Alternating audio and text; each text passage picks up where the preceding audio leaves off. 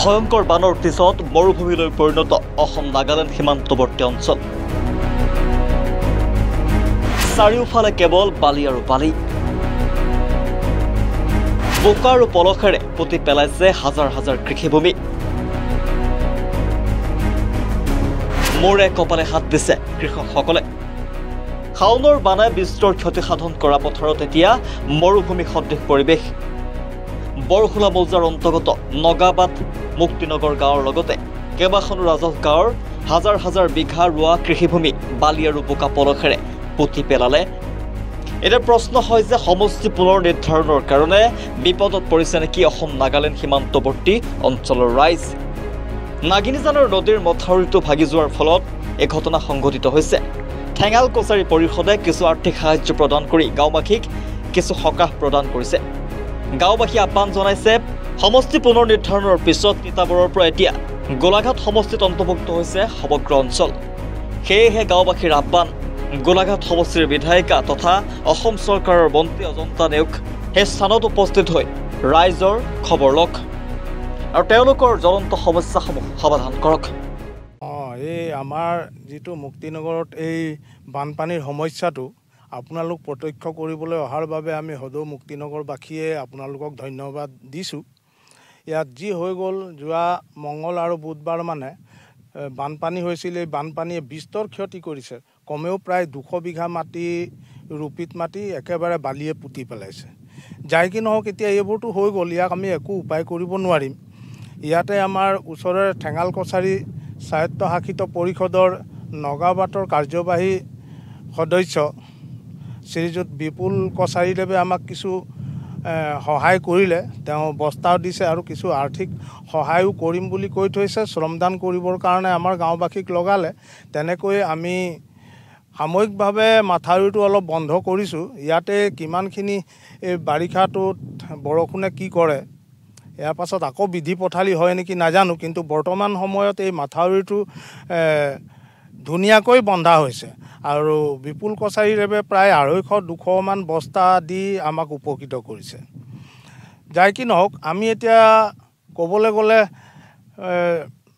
তিতাবৰৰো নহয় কিবা গোলাঘাটৰ, গতিকে আমি এতিয়া কাক ধৰিম কাক এৰিম মানে নিজে বুজি পোৱা নাই। যাই কি নহওক আমাৰ এইডোখৰ ঠাই গোলাঘাট সমষ্টিত পৰিছে।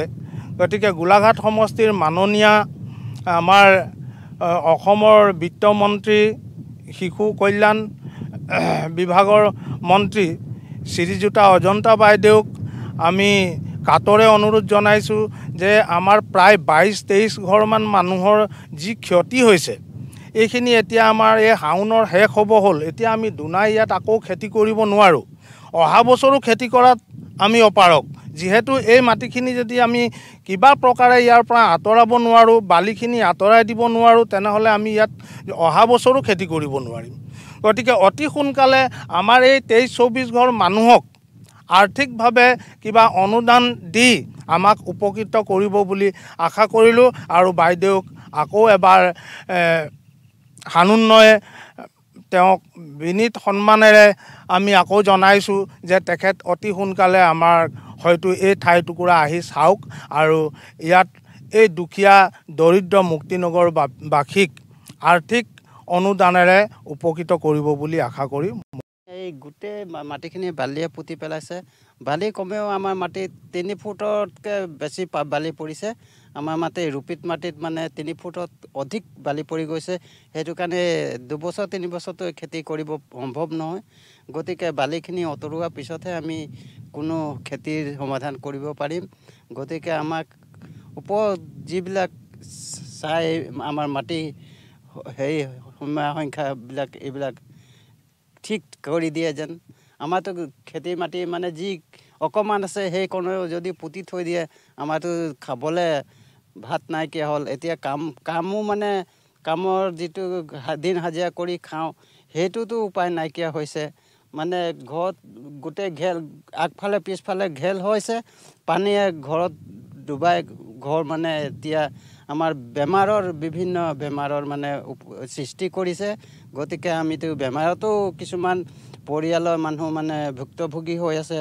আমিতো এতিয়া বেমাৰে চাম নে আমাৰ কামে কৰিম, আমাৰতো উপায়হীন এতিয়া অৱস্থা ইমান আমি হ'ব বুলি ভবা নাছিলোঁ গতিকে হৈ গ'ল এতিয়া মাথাউৰিও আমাৰ সম্পূৰ্ণ হোৱা নাই কেলে আগন্তুক আকৌ পানী আহিলে আমাৰ সেই একেই অৱস্থা কৰিব ঘৰ পানী ডুব যাব তাৰপৰা বালি আকৌ উঠিব ইয়াৰ ওপৰত বালি উঠি গৈ আছে আজি 5-6টা পানী আহিলে কমানে মানে এফুটকৈ উঠিলে আকৌ 2 ফুট উঠিলে এতিয়া 2.5-3 ফুট বালি আমাৰ পথাৰত আমি বাইদেউক কাটোৱে অনুৰোধ কৰিম যে আমি যেটো আমাৰ ৰূপিত মাটি হেৰি হৈ গ'ল নষ্ট হ'ল তাৰ কাৰণে অলপ মানে আমাক চাই যেন সহায় কৰিব যেন হেতুৱে আমি বাইদেউক আশা কৰিছো ৰিপোৰ্ট সচ দা ৰিয়েলিটি